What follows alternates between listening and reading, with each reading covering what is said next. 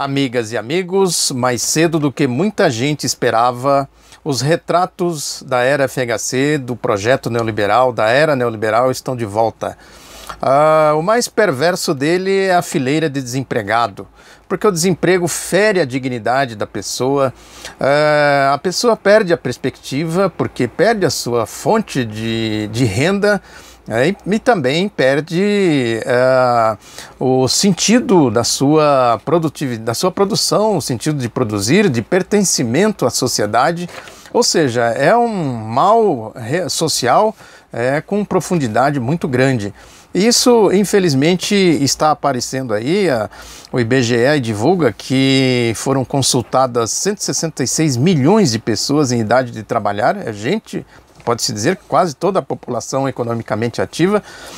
E dessas, 66 milhões se declararam fora do mercado do trabalho. Ou seja, não estão trabalhando nem procurando emprego porque não tem perspectiva de encontrar colocação.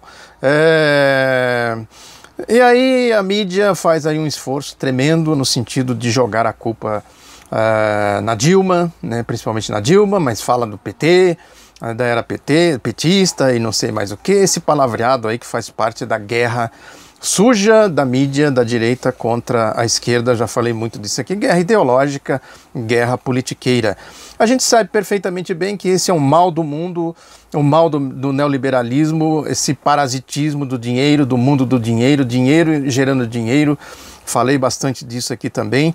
E o que o Lula fez e depois a Dilma tentou levar adiante foi exatamente criar políticas que procuravam estancar o efeito desta lógica aí do neoliberalismo, da crise do capitalismo, que é uma crise profunda, com dimensões ainda incalculáveis e desdobramentos imprevisíveis.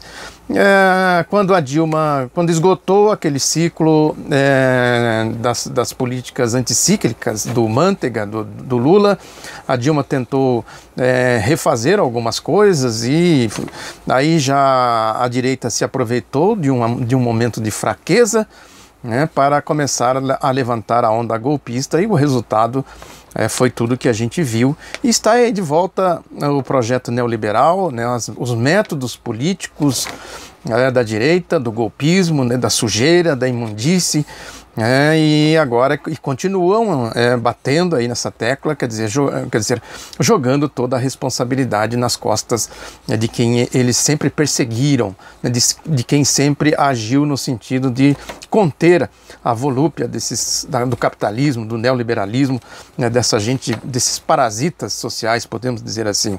Aí esse governo golpista do Michel Temer, por exemplo, lança aí esse slogan, né, vamos tirar o país do vermelho, quer dizer, uma sujeira, né, é a cara desse tipo de gente, dos golpistas. Agora não é de hoje, tirando essa parte da sujeira, né, a gente precisa ver as coisas que estão por trás das coisas, como se diz popularmente. Essa história da tentativa do ajuste fiscal, do ajuste da economia brasileira, não é de hoje. Ela vem a rigor dos anos 70, 80, né, quando a ditadura militar tentou fazer o tal do ajuste fiscal com Roberto Campos, Mário Henrique Simonsen, né, que eram economistas liberais naquele tempo. Depois passou-se a chamar neoliberalismo no final dos anos 70, com a política do Ronald Reagan nos Estados Unidos, a Margaret Thatcher na Inglaterra, e que depois chegou no Brasil com força, primeiro com Fernando Collor de Mello, depois com Fernando Henrique Cardoso. É importante a gente compreender isso de um ponto de vista mais macro, para a gente entender o que está por trás dessa sujeira toda aí dos golpistas. O Simonsen, por exemplo, quando ele deixou o Ministério do Planejamento, isso em 1979, quando começou ali a largada do projeto neoliberal nos Estados Unidos e na Inglaterra, conforme eu já falei, ele disse, o Simonsen era o todo-poderoso chefe da equipe econômica da ditadura militar naquela época. Ele disse e falou para o seu sucessor, que é o Antônio Delfim Neto, esse Delfim Neto que está aí, que o Brasil precisava de estabilidade monetária, de austeridade fiscal. Esse discurso que vem de... Isso foi em 1979, a gente viu muito isso no Collor, e principalmente na era FHC, que está aí de volta agora com o golpismo. O resultado a gente sabe perfeitamente bem. Essa fila de desempregados que eu falei aqui é o retrato mais perverso desse programa, desse projeto aí da direita. O resultado desses ensaios da ditadura militar depois, aí, principalmente do final da ditadura militar, né, que foi no começo aí da década de 1980, o resultado foi, quem estuda um pouco a história, quem viveu aquela época se lembra muito bem, a tal da década perdida, quer dizer, um país sem perspectiva, sem rumo, né, atolado em uma crise profunda, né, que chegou aí que deu, inclusive, formou o caldo de cultura para que o Collor fosse eleito e depois o Fernando Henrique Cardoso também. Ou seja, aqueles ensaios da ditadura militar e a aplicação da política neoliberal deixou marcas profundas na sociedade, né? O desemprego, eu já falei muito dele aqui, que esse é o principal, é o mal dos males, podemos dizer assim, do capitalismo, e também a inflação fora de controle, né? Aí por longos 15 anos, né? E foi resultado da política da ditadura militar, não há dúvida disso. Que originou depois aquela sucessão de planos econômicos fracassados e chegou depois ao engodo por trás do plano real da estabilidade, que foi a Selic, na institucionalização da banca, do setor financeiro, do sistema financeiro, a institucionalização dos seus acessos ao orçamento público, da transferência de renda dos pobres para os ricos. Ou seja, e o país também aí enfrentou o descrédito internacional, quer dizer, todas as mazelas possíveis que a gente possa imaginar, e que foi agravada, sem dúvida alguma, na era FHC, na era neoliberal. A era Lula e a era Dilma conteve isso, não há como negar isso, né? Porque foi exatamente as medidas que o governo foi adotando para resgatar, né? Fazer com que o país tomasse outro rumo, tomasse outra direção, que despertou aí toda a ira de inventar os métodos, né, golpistas, mensalão, depois história de petrolão, a Operação Lava Jato e tudo isso, enfim, que a gente conhece aqui, né? E tudo isso toda aquela lógica da ditadura militar, da era neoliberal, está renascendo das cinzas e com labaredas já altas como essas filas de desempregados. A questão toda que a gente precisa refletir é que o desenvolvimento do país, conforme falava Lula e falava Dilma, deve ser sim uma obsessão nacional, exatamente para combater essas mazelas. Evidentemente que num cenário internacional gravíssimo, né, conforme eu disse aqui. Porque é o parasitismo do neoliberalismo, a elite brasileira está interessada nisso, entrar nessa farra aí da ciranda financeira, ver como ela parasita. Por isso que tem reforma trabalhista, reforma da Previdência. Se alguém com ingenuidade acredita que isso é para estabilidade, para melhorar o país, né, na verdade está enganado ou está agindo de má fé.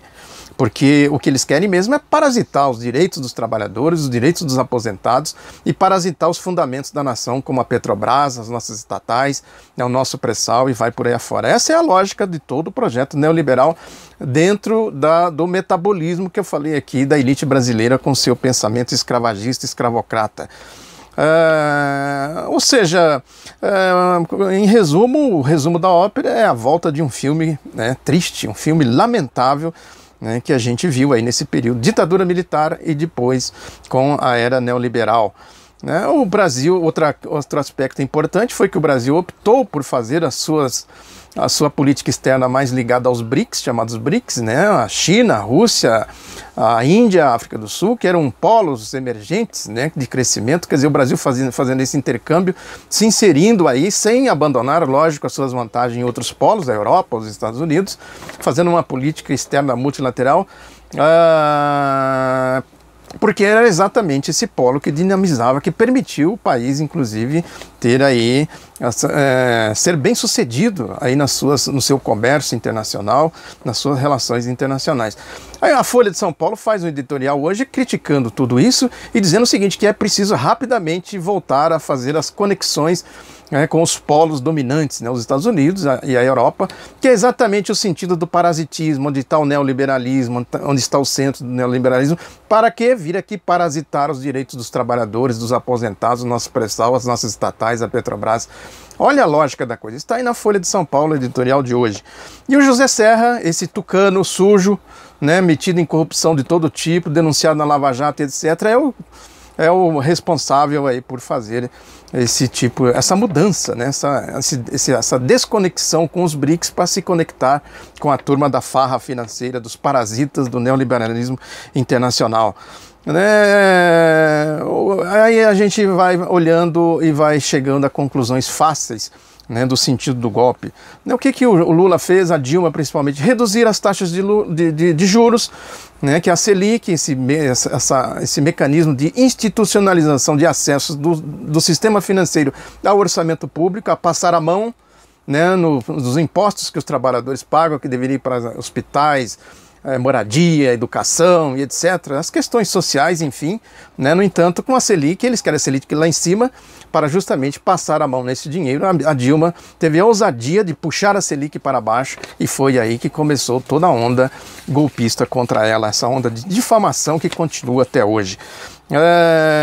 E também as políticas públicas que eles adotaram, Lula e Dilma, a desprivatização do Estado, isso é muito importante, fortalecimento dos bancos públicos, das nossas estatais, justamente para fomentar naquela lógica do desenvolvimento do Getúlio Vargas, os polos principais da economia, fazendo a dinamização do seu entorno para que o país pudesse se desenvolver. Tudo isso está sob ataque. Essa Lava Jato, esse ataque à Petrobras, o fundo da questão é exatamente isso. Porque se não fosse isso, eles estariam vendo aqui o metrô de São Paulo, a lista de Furnas, se fosse corrupção, né?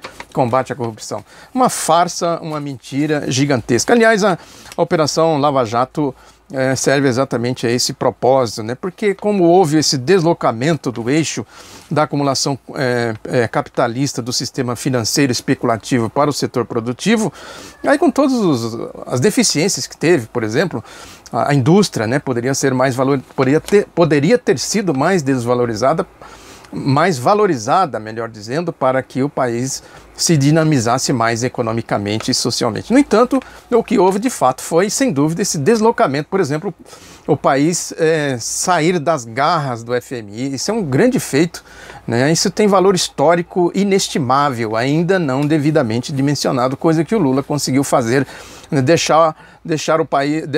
Fazer com que o país deixasse de ser comandado pela cavalaria, FMI, Banco Mundial, né, o sistema financeiro internacional, e ter a sua própria política econômica, a sua própria independência no sentido de tomar decisões. Não se via na era Lula-Dilma ninguém consultando bancos e consultorias financeiras para tomar decisões, ao contrário da era FHC agora, e dos golpistas que já foram aí batendo nas portas do FMI, né, não se sabe exatamente, sabe-se, não dizem, que é exatamente fazer a política do entreguismo, né, entregar a economia do país para esses parasitas do sistema financeiro internacional, que a elite, a direita brasileira, tem todo interesse em se conectar, né, para pegar aí o seu pedaço também nessa roubalheira institucionalizada.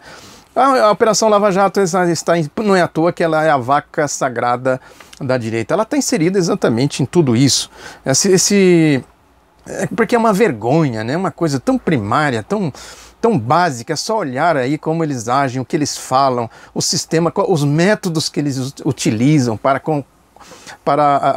fazer aí as suas arbitrariedades, prisões a rodo, né, atropelando as leis, a Constituição. Hoje, por exemplo, tem aí uma carta.